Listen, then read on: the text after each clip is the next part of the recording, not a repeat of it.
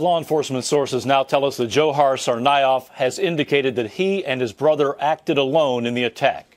Because he was shot in the neck, the interrogation has been challenging, but our sources say that he has been cooperated with written answers.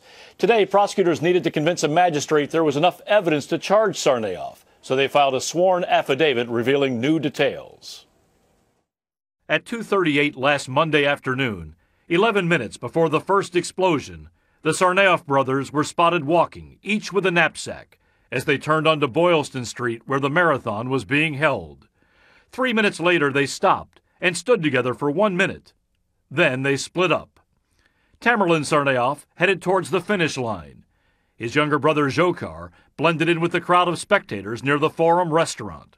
At 2:45, Dzhokhar was captured by cameras placing his backpack on the ground. Over the next 4 minutes, he spent time looking at his cell phone, apparently snapping a picture, and holding the phone near his waist. Then he raised it to his ear. 30 seconds later, at 2:49 p.m., the first bomb exploded near the finish line.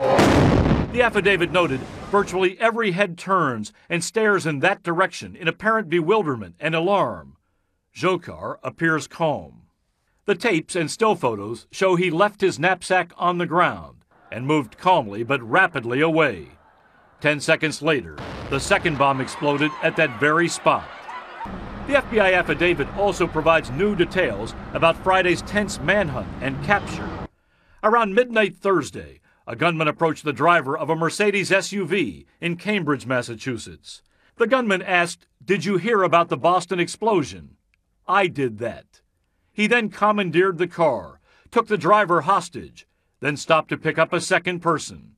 They robbed the hostage of $45 and his ATM card. When the two assailants stopped at a convenience store, the victim escaped and called police. A short time later, a Watertown officer spotted the vehicle and a vicious gunfight with police ensued. Tamerlan Tsarnaev was killed. His brother fled in the SUV. He dumped the car a few blocks away and then was captured 19 hours later, hiding in a boat behind a nearby house. He was suffering gunshot wounds to the head, neck, legs, and hand. Investigators have not found any evidence to date that the brothers are connected to a foreign or domestic terror group. But the FBI is taking a new look at Tamerlan's travels to Russia last year. His family says he was just there on a personal visit, but investigators want to know if he had any contact at all with Islamic radicals.